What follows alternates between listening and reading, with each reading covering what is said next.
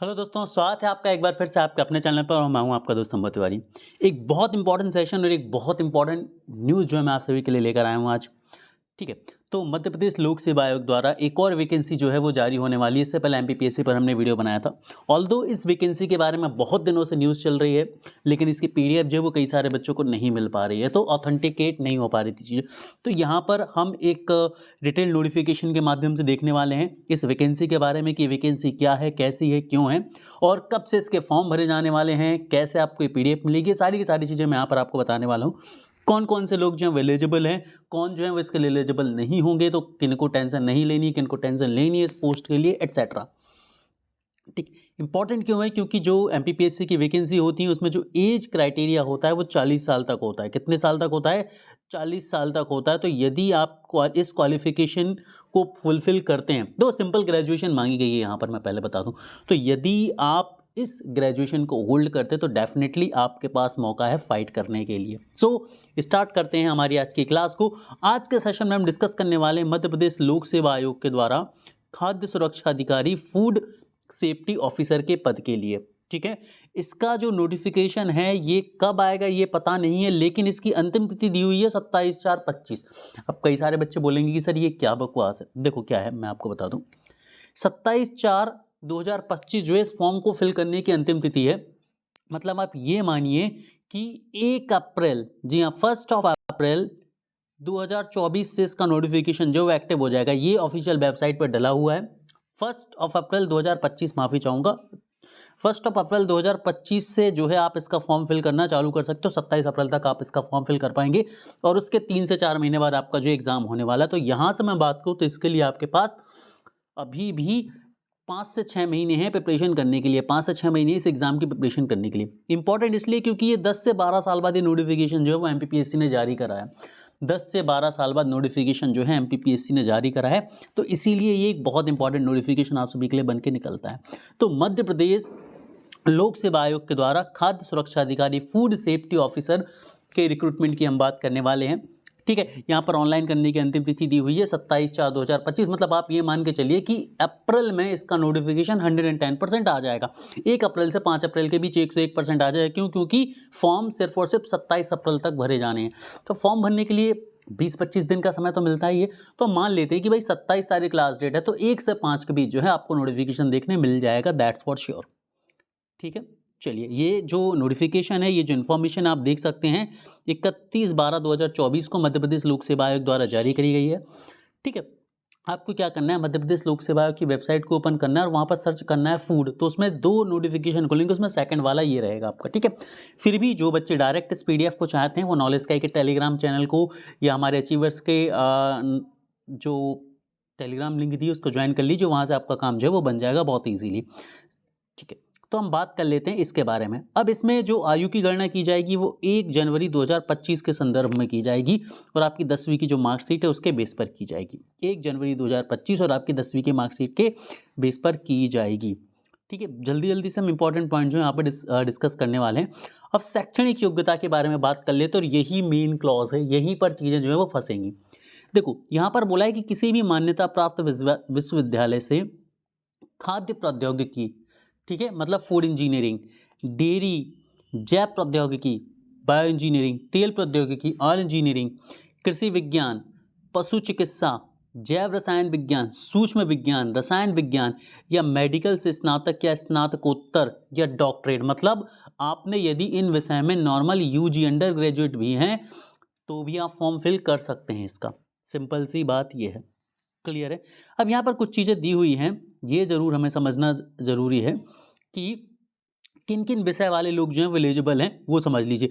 आपने food engineering से हों, आप फूड इंजीनियरिंग टेक्नोलॉजी से हों, आप फूड प्रोसेसिंग कंजर्वेशन से रिलेटेड कोई कोर्स करे हों, फूड प्रोसेसिंग टेक्नीशियन से कोई कोर्स करे हों, आप बायोटेक्नोलॉजी से आपने कोई कोर्स करा है।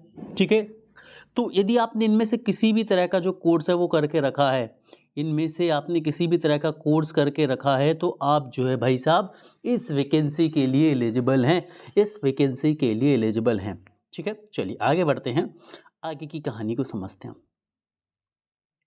आगे बढ़ते और आगे की कहानी को समझते हैं कि इसमें क्या क्या चीज़ें रहने वाली हैं।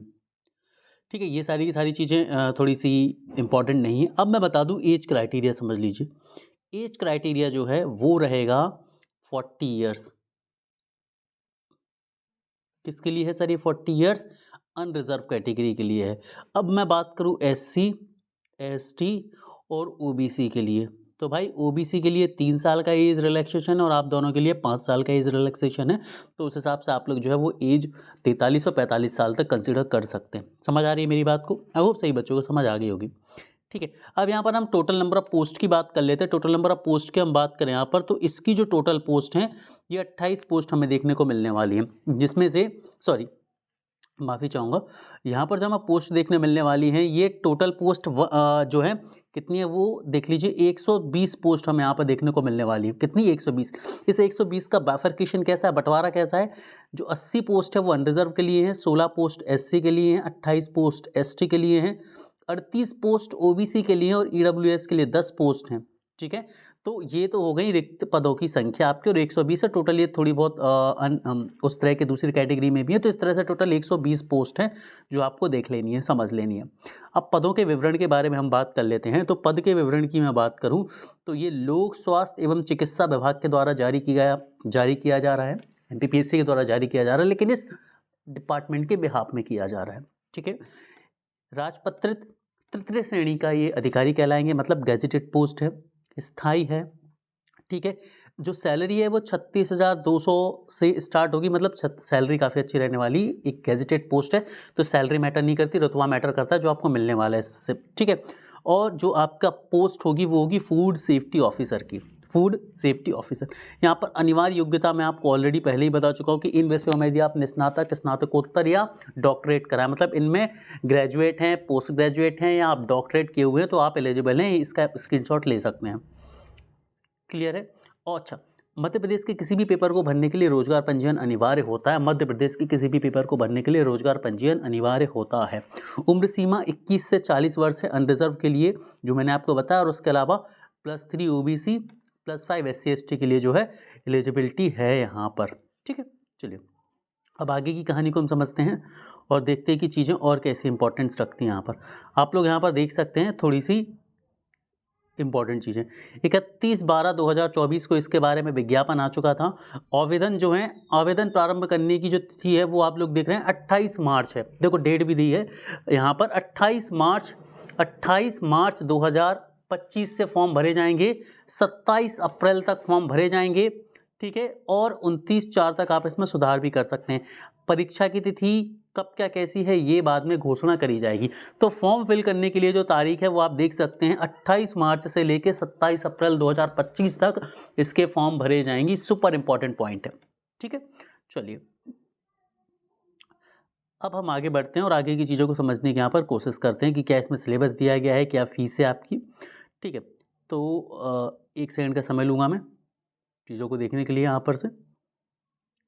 ठीक है, फीस की हम बात करें तो फीस आप यहाँ पर देख सकते हैं, यदि आप जनरल कैटेगरी के हैं या MP से बाहर के हैं, है ना, मध्य प्रदेश के बाहर के हैं या जनरल कैटेगरी से हैं, तो आपको 500 रुपये। लेकिन यदि आप मध्य प्रदेश के मूल निवासी हैं, जो अनुसूचित जाति, अनुसूचित जनजाति या अन्य पिछड़ा वर्ग से आते हैं, तो आपके लिए 250 रुपये फीस है। मतलब SC ST OBC जो MP के हैं उनके लिए 250 है। उसके अलावा अनरिजर्व के लिए और SC ST OBC Madhya Pradesh के बाहर वाले सभी के लिए 500 रुपये फीस है। ठीक है, क्लियर? अगर सही बच्चों को ये चीज़ें जो है वो क्लियर हो चुकी होंगी यहाँ तक। ठीक है, इसके अलावा अब यहाँ पर कुछ और चीज़ें जो हैं वो पढ़ने लायक नहीं है।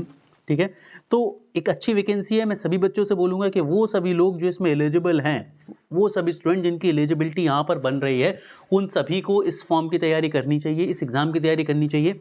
ठीक है, अब मैं आपको बताऊं कि भाई अभी जनवरी चल रही है आपकी, और आप ये मान के चलिए जनवरी से अप्रैल में तो इसका नोटिफिकेशन आने वाला है। तो भाई 4 महीने तो आपके पास ये रहे, और वहाँ से 2 से 3 महीने आपको मिलेंगे। मतलब ये मान लीजिए आप कि 6 महीने हैं आपके पास, 6 महीने हैं आपके पास इस पेपर को निकालने के लिए। तो यदि आप मेहनत करेंगे तो डेफिनेटली आप जो है इस एग्ज़ाम को क्लियर कर पाएंगे आसानी से। क्लियर। हमारे चैनल पर हमने अपने एप्लीकेशन पर एक पेड कोर्स इसके लिए लॉन्च कर रहे हैं, ठीक है। तो आप सभी बच्चे जो भी फूड सेफ्टी ऑफिसर की तैयारी कर रहे हैं, फूड सेफ्टी ऑफिसर के लिए प्रिपरेशन कर रहे हैं, एस्पायर हैं, तो आप हमारे चैनल को ज्वाइन कर सकते हैं। साथ ही आप हमारी एप्लीकेशन को भी डाउनलोड कर लें, जिसकी लिंक मैंने डिस्क्रिप्शन बॉक्स में दे के रखी है। यदि आप इस लिंक के थ्रू एप्लीकेशन पर आते हैं, आप हमारे कोर्स को ज्वाइन करते हैं, तो डेफिनेटली हम और हमारी टीम पूरी कोशिश करेगी कि आपके लिए एक बहुत बेहतर कोर्स डिज़ाइन करके सिलेक्शन को जो है वो कंफर्म किया जा सके। पढ़ते रहिए, आगे बढ़ते रहिए। Have a great day everyone.